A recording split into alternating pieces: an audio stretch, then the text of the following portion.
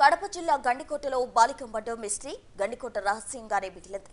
హత్య జరిగి రోజులు గడుస్తున్నా ఇప్పటి వరకు హంతకులు ఎవరన్నది తేలలేదు.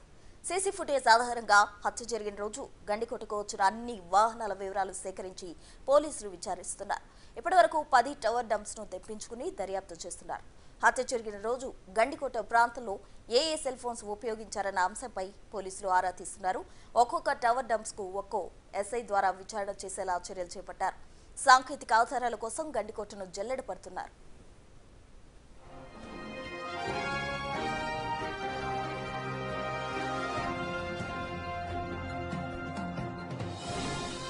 బాలిక హత్య కేసులో ఇప్పటి వరకు కుటుంబ సభ్యులతో పాటు మరికొందరు బయట వ్యక్తులను కూడా విచారించినట్టు తెలుస్తోంది. బాలిక మృతదేహం ఒకచోట, కాలేజ్ బ్యాగ్ మరోచోట దొరకడంపై పోలీసులు అనుమానాలు వ్యక్తం చేస్తున్నారు. బాలికను దారుణంగా హింసించి చంపినట్టు ఒంటిపై గాయాలు గుర్తించారు. అత్యాచారం జరగలేదు, హత్య జరిగిందని పోలీసులు చెబుతున్నారు. విద్యార్థిని ఎవరు హత్య చేశారో ఇంకా తేల్చలేకపోతున్నారు.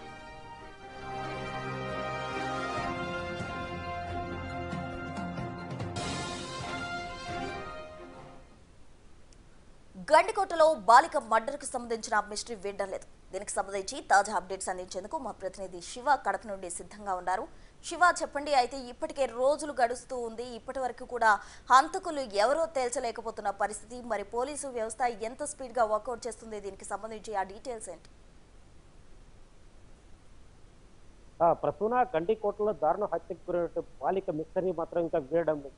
దీనికి సంబంధించి కూడా పోలీసులు ఇప్పటికే విభిన్న కోణంలో విచారణ చేపట్టారు. అయితే 5 రోజులప్పటికీ కూడా ఇప్పటి వరకు ఎలాంటి పురోగతి లేకపోవడంతో మాత్రం వివిధ కోణాల్లో విచారణ చేపడుతూ కూడా దీనికి సంబంధించి 5 టీములు ఏర్పాటు చేసినట్టు తెలుస్తుంది. దీనికి సంబంధించి కూడా ఎక్కడైతే బాలిక హత్యకు గురి కాబడిందో ఆ ప్రాంతం నుంచి కూడా జల్లడబడుతున్నారు పోలీసులు. దీనికి సంబంధించి ప్రత్యేకంగా ఒక ఫోరెన్సిక్ బృందంతో పాటు విచారణ బృందాన్ని వీటితో పాటు దాదాపు ఒక 5 టీములు ఏర్పాటు చేసి వీటన్నింటికి కూడా 4 డిఎస్పీల ఆధ్వర్యంలో పర్యవేక్షణ చేపడుతున్నారు. 10 మంది సిఐలు, 10 మంది ఎస్ఐలతో పాటు 170 మంది కానిస్టేబుల్ కేటాయించారు. అంటే ఇక్కడ ప్రతిదీ కూడా అక్కడ గండికో హత్యకు గురైనటువంటి బాలికి సంబంధించి కూడా ఆ ప్రాంతానికి ఆ రోజు ఎవరు వచ్చారు అంటే దీనికి సంబంధించి ఇప్పటికే దాదాపు 250 వెహికల్ గుర్తించి తెలుస్తుంది. అది ప్రముఖ పర్యాటక కేంద్రం కావడంతో అక్కడికి వివిధ ప్రాంతాల నుంచి వస్తుంటారు. అయితే స్థానికులతో పాటు బయట వ్యక్తులు వస్తుంటారు కాబట్టి అక్కడ నోటి సీసీ ఫుటేజ్ ఆధారంగా ఇప్పటి వరకు 250 వాహనాలు గుర్తించి అంటే ఆ పాపను హత్య చేయడానికి గల మోటివ్తో పాటు హత్య చేసిన వారి వివరాలు సేకరించేందుకు కూడా క్షుణ్ణంగా ప్రతి వాహనం తనిఖీ చేస్తున్నారు. ఆ వాహనాల్లో వచ్చిన వారు ఎవరు, స్థానికులు కాకుండా ఇంకెవరైనా వచ్చారా, పాపకు సంబంధించిన కుటుంబ సభ్యులకు సంబంధించి ఎవరైనా వచ్చారంటే ఆ రోజు హత్య జరిగిన సమయానికి ముందు చేరుకున్న వాళ్ళు ఎవరు, తర్వాత చేరుకున్న వాళ్ళు ఎవరు అనే కోణంలో విచారణ చేపడుతోంది. ప్రతి వాహనానికి సంబంధించి కూడా నెంబర్తో పాటు వాహనంలో వచ్చిన వివరాలను సేకరించారు. హత్య గల కారణాలపై మాత్రం ఇప్పటివరకు మిస్టరీ వీడకపోవడంతో మాత్రం ఈ కోణంలో విచారణ చేపడుతున్న నేపథ్యంలో పోలీసులకు కొన్ని కీలక ఆధారాలు లభించినట్టు తెలుస్తోంది.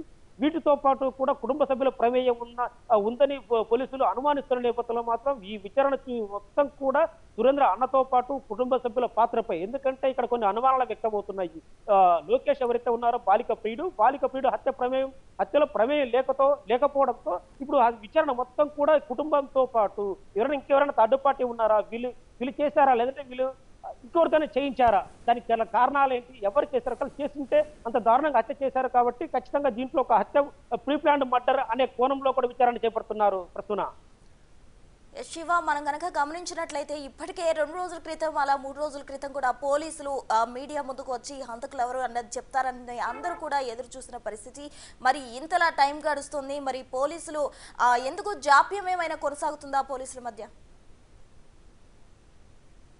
ఖచ్చితంగా ప్రసూన, ఎందుకంటే పోలీసులు ప్రాథమిక ఆధారాలతో ఆల్మోస్ట్ హంతకులు లభించట్టు ప్రాథమిక అంచనాకు వచ్చారు. ఆ తర్వాత మాత్రం కొంత ట్విస్ట్ కొనసాగుతోంది. హంతకులు ఎవరైతే ఉన్నారో కొంచెం వాళ్ళు పక్కా ప్రీ ప్లాన్డ్ గా వచ్చారు.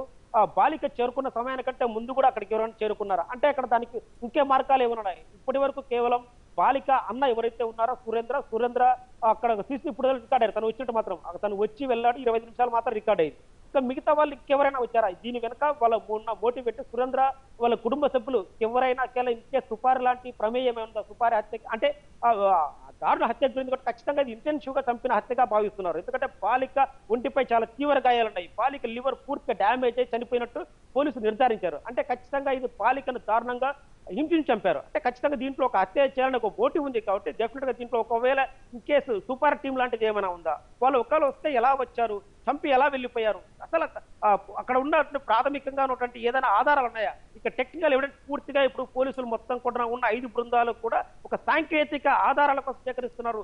ఇప్పటి దాదాపు 2 రోజులుగా కూడా గంటికోట మొత్తం జాడ పెట్టారు. అక్కడి నుంచి అణువును పరిశీలిస్తున్నారు. క్లూస్ టీమ్ ఆధారంగా టెక్నికల్ ఎవిడెన్స్ దానికోసం సేకరిస్తున్నారు.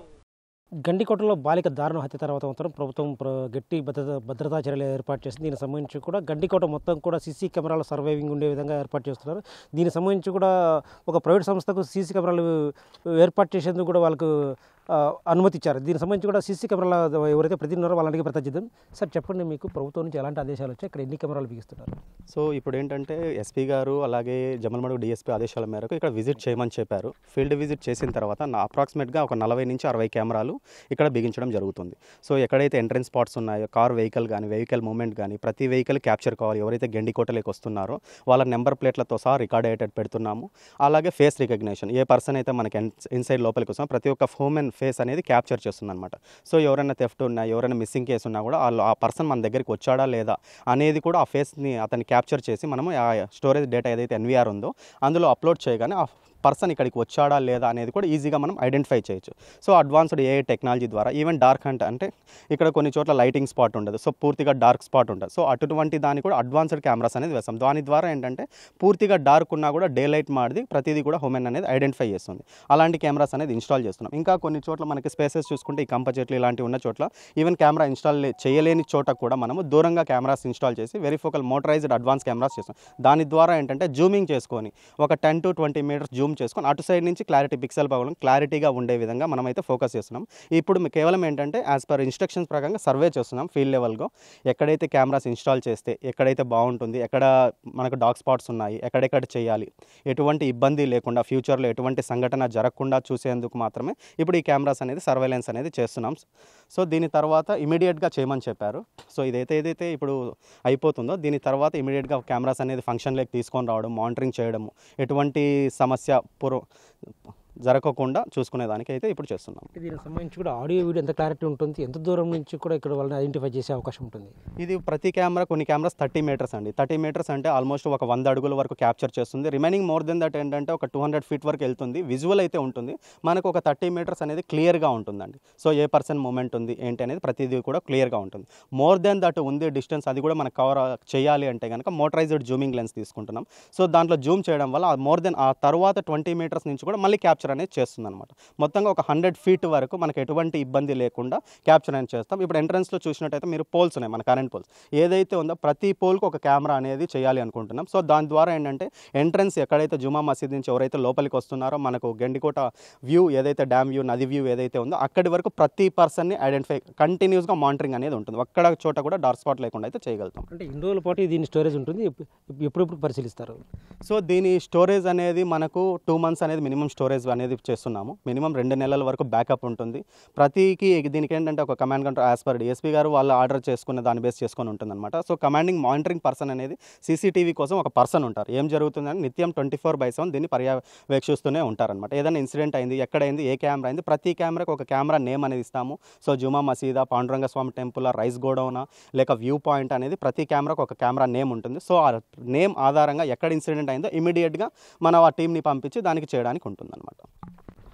గండికోటలో ఇటీవల అసాంఘిక కార్యకలాపాలు చోటు చేసుకుంటున్న నేపథ్యంలో మాత్రం ఇక్కడ ప్రతిదీ కూడా ఎవరైతే పర్యాటకులు వస్తుంటారో వాళ్ళందరినీ కూడా పరిశీలించే విధంగా ప్రతి ఒక్కటి కూడా నిశ్చితంగా పరిశీలించడానికి కూడా రాష్ట్ర ప్రభుత్వం దీనికి ముందుకొచ్చింది. పోలీసుల ఆధ్వర్యంలో ఇక్కడ దాదాపు గండికోట మొత్తం కూడా 40 నుంచి 50 కెమెరాలు ఏర్పాటు చేసేందుకు కూడా ప్రభుత్వం సిద్ధం చేశారు. కెమెరా పర్సన్ సుదర్శన్తో శివ, బిగ్ టీవీ, గండికోట నుంచి.